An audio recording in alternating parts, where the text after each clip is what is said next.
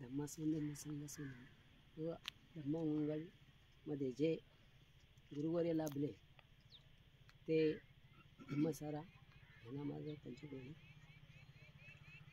आज या ठिकाणी आपल्याला जो धम्ममंगल यामध्ये गुरुजी दीपक गुरुजी आपल्याला जो संघ आणला म्यानमारून पंडित धम्मसारा व त्यांचा संघ, त्या संघाचं आपल्याला संधी लाभली आणि आपली काहीतरी पुण्यपूर्व कर्मिता असल्यामुळे आपण त्यांचं शिक्षण घेतलं. म्हणजे धम्म सामनेर झालो, सामनेरी झाल्या, दसशील झाल्या.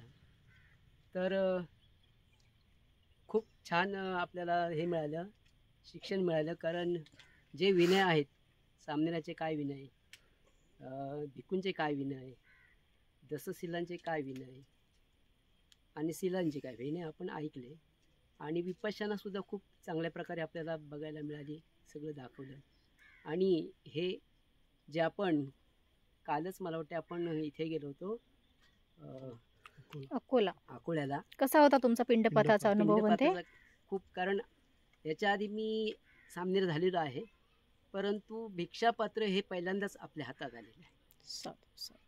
आणि हे भिक्षापात्र तथागताच्या काळात वापरलं जात होतं आणि ते आपल्या हातात आल्यामुळं जी काय पॉवर होती भगवंताची, आणि त्या पॉवर जी असेल ती ह्या खरी चिवरला आहे, ती तुम्हाला अनुभवायला मिळाली, ती आम्हाला अनुभवायला मिळाली. साधू साधू लोकांची श्रद्धा आहे इथे.